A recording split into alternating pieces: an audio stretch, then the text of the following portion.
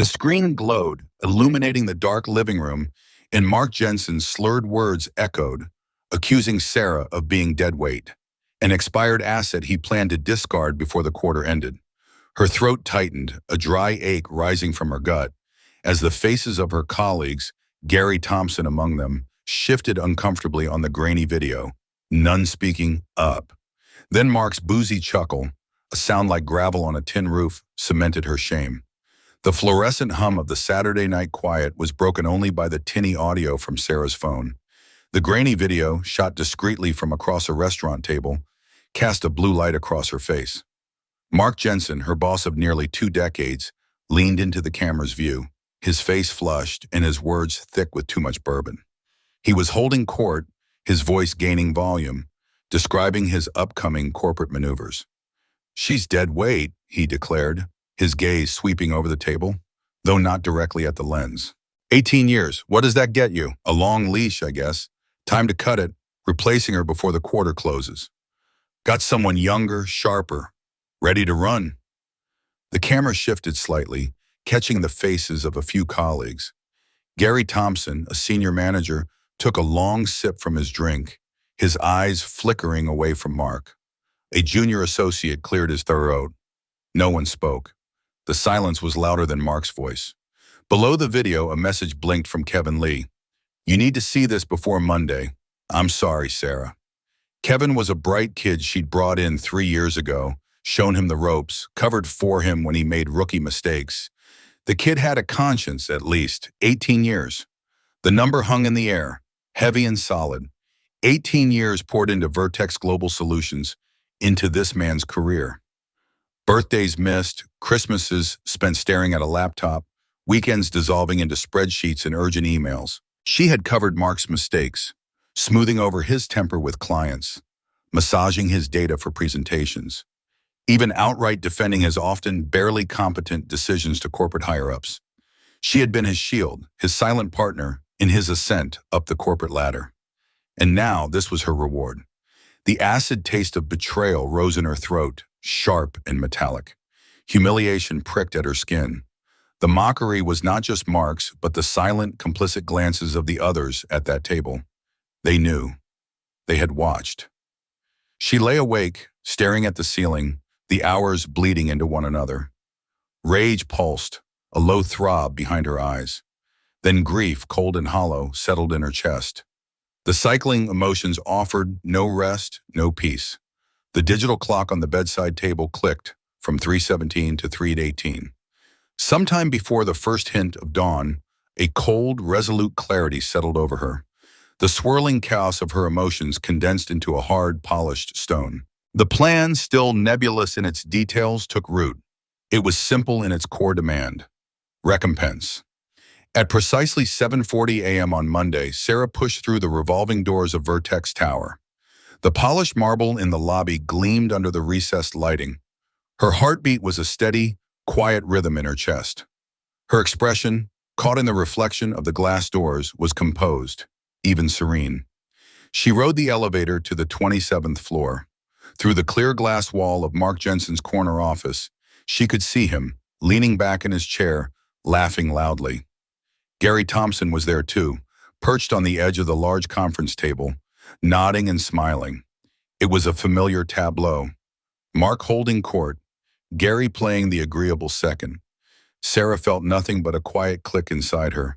She walked past their open door, stopping briefly. "Good morning, Mark, Gary." Her voice was even, light. Mark glanced up, his smile not quite reaching his eyes. "Morning, Sarah." Early bird, as usual. He picked up a pen, a casual dismissal. "I had such a refreshing weekend," she said, letting a bright, almost artificial cheerfulness seep into her tone. "Just what I needed, feeling truly energized for the month ahead." Mark's smirk flickered across his face. He nodded slowly, taking her words at face value. He returned to his conversation with Gary, their laughter picking up where it had left off. Sarah turned, walking to her own cube. The performance had begun.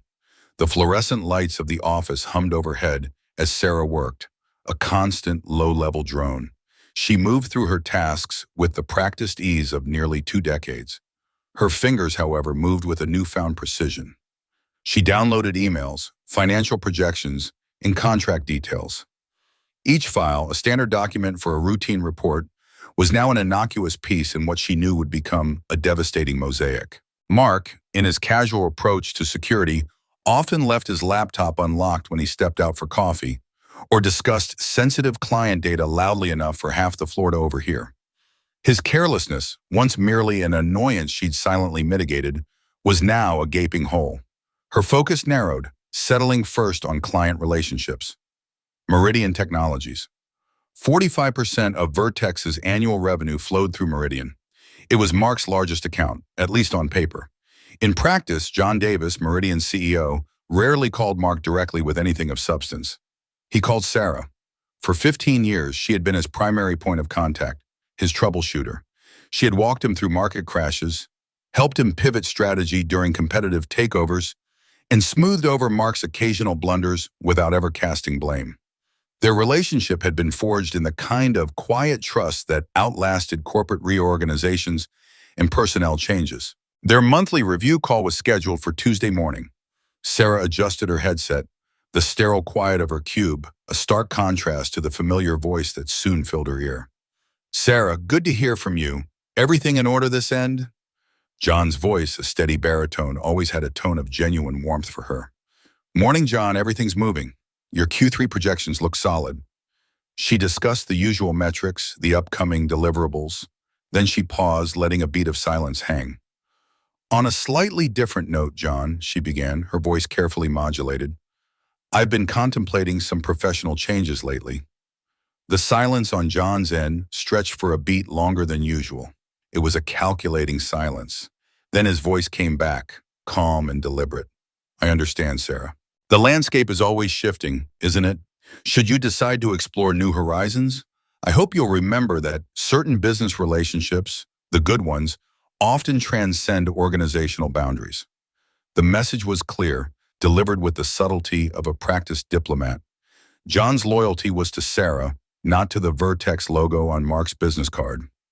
Sarah felt a quiet satisfaction, a small victory in the precise unfolding of her plan. She steered the conversation back to the quarterly report, the exchange left unspoken but understood. Her next step involved Lisa Miller, a corporate attorney she'd known since their Northwestern days. They hadn't been close friends, but there was a history, a shared understanding of professional rigor. Sarah sent a text requesting a discreet lunch. Lisa suggested a quiet Italian place downtown, tucked away from the bustling financial district. They met a few days later, the restaurant half empty, sunlight filtering through the blinds. The clinking of silverware, the murmur of other conversations, provided a natural shield. After ordering, Sarah pushed a slim manila folder across the table. It contained printouts, carefully anonymized where necessary, detailing irregularities she'd uncovered in Vertex's client billing practices. Double billing for services not rendered, inflated hourly rates, miscategorized expenses that shifted costs from one client to another to hit quarterly targets. Small discrepancies, compounded over time, adding up to substantial figures. Lisa, her dark hair pulled back in a severe bun, opened the folder. Her eyes moved quickly over the spreadsheets and internal memos. Her expression, initially one of polite interest, gradually hardened. She took a sip of water, her gaze lifting to Sarah's. "Sarah," Lisa said, her voice dropping to a near whisper, "what you're describing here isn't merely unethical. It's potentially actionable. Fraud, depending on how you frame it." "I've seen it going on for at least 3 years now," Sarah stated, her voice flat, factual. "Systemic, not just a one-off mistake." Lisa leaned forward, her elbows on the table, her voice barely audible over the low hum of conversation around them. "If you decide to pursue this," she said, her eyes piercing, "timing would be crucial. And you'd need more than just these documents. You'd need an exit strategy, Sarah.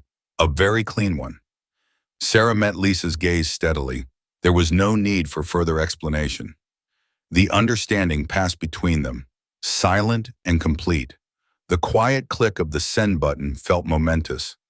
Sarah had just dispatched an email to Scott Adams, CEO of Pinnacle Strategies, Vertex's most aggressive competitor. Pinnacle had been circling Vertex's lucrative client pool for years, a shark scenting blood in the water. She knew Scott's reputation: shrewd, relentless, and always eager to poach talent or accounts. Her message was deliberately terse, almost innocuous. It spoke only of evaluating professional opportunities and requested a confidential conversation at his earliest convenience. No more, no less. She attached her resume, a bare-bones document outlining her long tenure and broad responsibilities at Vertex. 15 minutes later, her phone buzzed. A reply from Scott Adams. The speed wasn't surprising. He suggested meeting at his private club, a discreet place downtown known for its dark wood panels and hushed conversations. He ended with a concise, "Looking forward to it, Sarah." As she ironed a blouse for the meeting, the steam hissing gently, Sarah reflected on Mark. He had always seen her as a fixture, a piece of office furniture, a reliable workhorse, yes, competent enough to handle the day-to-day, but ultimately replaceable. He had never truly recognized her value, not beyond her ability to process his paperwork or smooth over his blunders. He hadn't understood that her true worth wasn't in the tasks she performed, but in the relationships she had cultivated, the institutional knowledge she had painstakingly accumulated, the quiet loyalty she had earned from clients and colleagues alike. He had simply taken it for granted, then squandered it with a casual cruelty that still stung. He was about to learn a very expensive lesson, she thought, about betraying someone who knew exactly where all the bodies were buried, and she knew where every single one of Mark's secrets lay, meticulously cataloged in her memory, and now increasingly on various hard drives. The morning of what she knew would be her final day at Vertex dawned crisp and clear. Autumn sunlight, thin and cool, streamed into her bedroom, painting stripes across the oak floor. She hadn't heard anything from Mark. No summons to his office for the long-anticipated, humiliating termination meeting. He was still waiting, she knew, savoring the moment he thought he would spring his surprise.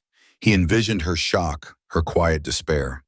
He had no conception, not a single inkling, that Sarah was 20 moves ahead in their quiet game of chess. He was still playing checkers, while she was setting the board for a humiliating checkmate. She dressed with particular care. A charcoal gray pencil skirt, tailored precisely. A crimson silk blouse, a color she rarely wore, but which now felt like an armor, conveying authority and confidence. She fastened her grandmother's pearl earrings, the cool, smooth orbs of familiar weight against her earlobes. She paused, studying her reflection in the full-length mirror. Her face was calm, almost impassive. Her jaw was set. There was a quiet power in her eyes, a steady resolve that had been absent for far too long. She smoothed a stray wisp of hair, then turned, walking out into the sharp morning light. The soft whir of the motion-activated lights greeted Sarah as she stepped off the elevator at 8 a.m. sharp. She offered polite nods to a few early bird colleagues, a standard morning ritual, as she walked towards her cube. From her spot, she could see Mark Jensen through the glass-washed partitions of his corner office. He was already there, leaning back in his executive chair, a triumphant smirk playing on his lips as he gestured expansively to Gary Thompson, who sat across from him. Mark still moved with the swagger of a man who believed himself firmly in control, oblivious to the meticulous preparations for his professional apocalypse already in motion. Their laughter, thin and sharp, carried faintly through the muffled office air as Mark shared some inside joke with Gary. The morning unfolded with deceptive normalcy. Sarah responded to emails with her usual efficiency, participated in a client call, her voice steady and professional, and finalized a quarterly report, meticulously checking every figure. Her hands were calm as they moved across the keyboard, yet beneath this placid surface, she sensed a subtle current in the office. Colleagues, typically absorbed in their own screens, now cast furtive glances her way.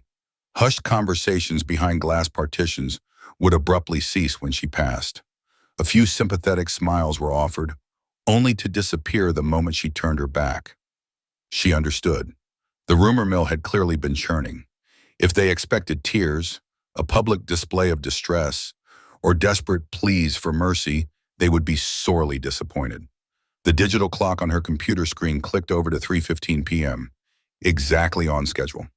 Sarah watched as Brenda Clark from Human Resources, A woman whose face was usually a mask of professional neutrality walked briskly down the corridor. Brenda avoided eye contact as she passed Sarah's glass-walled domain, her gaze fixed straight ahead, a thick manila folder tucked tightly under her arm.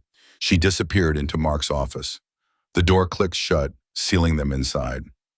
A few tense minutes later, Sarah's phone screen illuminated. It was a message from Mark's assistant, a standard calendar invite with a terse subject line. Meeting Mark Jensen. The body of the message was equally brief. Mark Jensen, please join me in my office at 3:30. There it was, the summons, the official invitation to her own professional funeral. Sarah exhaled slowly, a long, quiet breath that barely ruffled the air in front of her.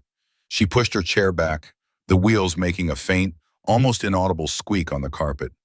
She rose to her feet, a smooth, deliberate motion, and straightened the charcoal skirt, smoothing out an imaginary wrinkle. She gathered her tablet in a single leather-bound notebook, the one that held her meticulously coded notes, not the one with all the real data. Her reflection caught her in the window of her cube, composed, almost serene. The crimson blouse was a bold splash of color against the neutral office backdrop. At precisely 3:29 p.m., Sarah walked down the corridor. She reached Mark's door, which was now ajar. She rapped her knuckles lightly against the door frame, a polite formality before stepping inside. Brenda Clark sat in one of the guest chairs, her face still carefully blank. Mark was behind his desk, leaning back, a predatory gleam in his eyes. His smile was thin, already formed, awaiting her collapse. Sarah met his gaze. Her own expression was pleasantly neutral, giving nothing away, a polite mask that concealed the carefully orchestrated implosion about to unfold. The air in Mark's office was thick, charged with unspoken expectation. Brenda Clark sat rigidly in the guest chair, her HR folder, beige and impersonal, precisely centered on the gleaming glass tabletop between them. Mark, still basking in his false confidence, steepled his fingers on his desk, a king about to deliver a pronouncement. He began his carefully choreographed termination speech, a rehearsed drone of corporate euphemisms. Sarah, as you know, Vertex Global is undergoing significant restructuring. We're in a phase of strategic repositioning. He continued, citing efficiency, market agility, and the usual weak justifications for cutting staff. Sarah listened, her expression unreadable. Internally, she dissected each hollow phrase, each insincere apology. Restructuring, strategic repositioning. They were words stripped of meaning, tools to obscure the brutal truth. She nodded neutrally when he finally arrived at the difficult news. Her role was being eliminated. He watched her, his eyes expecting something. Tears, perhaps, or a flash of anger. Maybe even a desperate plea. He got nothing. Her composure was absolute, a silent wall. He pushed a thick envelope across the table. Of course, we've put together a standard severance package. 2 months' pay, health benefits, extension, outplacement, services. He paused, anticipating the relief, the immediate acceptance. It was the customary procedure. Sarah's gaze flickered to the envelope, then back to Mark. A faint, almost imperceptible smile touched the corners of her lips. "That's very generous, Mark," she said, her voice soft, polite. "But I'll have to politely decline." Mark faltered. The smugness, so carefully cultivated, cracked. His eyebrows furrowed, his eyes narrowing, a flicker of genuine surprise in their depths. "Decline," he repeated, the single word sharp, disbelieving. "Why on earth would you decline a severance package?" "Because," Sarah continued, her voice gaining a quiet steadiness, "I've already secured alternative arrangements." It was a subtle jab, a quiet assertion of control he hadn't known she possessed. The first significant crack in his carefully constructed facade. He opened his mouth, then closed it. His triumphant narrative was slipping, just a bit. Brenda Clark, who had remained silent, shifted imperceptibly in her seat. "However," Sarah continued, reaching into her own bag, pulling out a slim, clear plastic sleeve, "I do have a few loose ends I wanted to tie up before my official departure." She extracted a pristine, printed copy of a document. It was a multi-page report, meticulously organized, complete with spreadsheets and internal memos. She slid it across the table, not to Brenda, but directly to Mark. He picked it up, curiosity warring with his lingering irritation. His eyes, initially dismissive, widened as he scanned the first page, then the second. The color drained from his face, leaving a pale, sickly hue. The list of billing irregularities, inflated invoices, miscategorized client expenses, and outright double billings stretched across several pages, each entry dated, cross-referenced, and annotated with astonishing detail. These were the discrepancies she'd shown Lisa. What is this, Sarah?" he demanded, his voice losing its confident, assured edge. It was raw, tinged with a sudden, chilling fear. His carefully planned, triumphal termination meeting had just gone catastrophically off script. The silence that followed was heavy, punctuated only by the distant hum of the office. "You're still young, you need a reliable man. You've got a family, you need stability." Such advice, often given, holds a certain weight in the quiet heartland. But what happens when the reliable man proves to be anything but? What then? Stick around to the end to see how life's costly choices unfold. Mark's face was a mask of disbelief, his eyes darting from Sarah to the damning document in his hand. "What is this?" he repeated, his voice thin. "These are the billing discrepancies, Mark," Sarah said, her voice flat, devoid of emotion. "They're not just internal notes anymore. They're under legal review." She paused, letting the words sink in. "My attorney, Lisa Miller, has already initiated preliminary inquiries. She's a sharp lawyer, graduated Northwestern with me." Mark's arrogance, which had been his shield for so long, completely crumbled. It was replaced by a visible, genuine fear, a cold dread that gripped him. He looked like a man who had suddenly realized the ground beneath his feet was dissolving. Brenda Clark, who had been a silent observer, looked from Mark to Sarah, her pen poised over her notepad, sensing the unraveling chaos that was rapidly consuming Mark's carefully orchestrated termination. Sarah continued, her voice steady, "And of course, Meridian Technologies is fully aware of my departure." Mark gaped at her. "Meridian? What do you mean, Meridian?" "John Davis," Sarah elaborated, her gaze unwavering. "He's quite keen on supporting my next venture. He stated his intention to follow me." The quiet finality in her tone left no room for doubt. John Davis's loyalty was hers, not Vertex's. Mark stammered, a guttural sound of disbelief. He knew the immediate and catastrophic implications. Meridian was 45% of Vertex's annual revenue. Losing that account would be a death blow. His carefully constructed career, built on a foundation of Sarah's invisible labor and his own casual fraud, was about to collapse. You can't do that," he finally managed, his voice rising, laced with desperation. "That's corporate espionage. I'll sue you. I'll ruin you, Sarah." Sarah dismissed his threat with a cool, dismissive wave of her hand. "My actions are well within professional boundaries, Mark. My attorney assures me of that." She watched him, a quiet satisfaction settling in her chest. His threats, once potent, were now just the frantic thrashing of a man drowning. Then she delivered the final crushing blow. "I also had a very productive meeting with Scott Adams this week." Mark stared, his mouth slightly ajar. Scott Adams, Pinnacle Strategies. The name hung in the air, a bell tolling the end. He knew what that meant. "Scott is very interested in the Meridian account," Sarah stated, her voice as even as if she were discussing the weather. "And of course in my expertise." The full scale of his miscalculation, the terrifying precision of her methodical plan, became horrifyingly clear to Mark. He watched her, his eyes wide with a dawning horror. She wasn't just leaving. She wasn't just going to another company. She was systematically dismantling his carefully built, albeit corrupt empire, brick by painstaking brick, and handing the pieces to his most formidable competitor. Brenda Clark, no longer a detached observer, now recognized the true severity of the situation. Her pen, which had been hovering, dropped to the paper, and she began taking furious, detailed notes, her head bent low, her movements sharp and urgent. Sarah, her mission accomplished, rose slowly from her chair. The crimson blouse seemed to glow in the stark office light. She offered no farewell, no final word. She simply turned, her posture erect, and calmly walked out of Mark's office, leaving him in stunned, silent disbelief, a ruined king on a collapsing throne. The news spread through the industry like wildfire. Sarah's departure from Vertex, initially a quiet ripple, became a tidal wave when it was immediately followed by the formal withdrawal of Meridian Technologies. John Davis, true to his word, had shifted his entire account to Pinnacle Strategies, citing irreconcilable differences in corporate values and a loss of confidence in current leadership.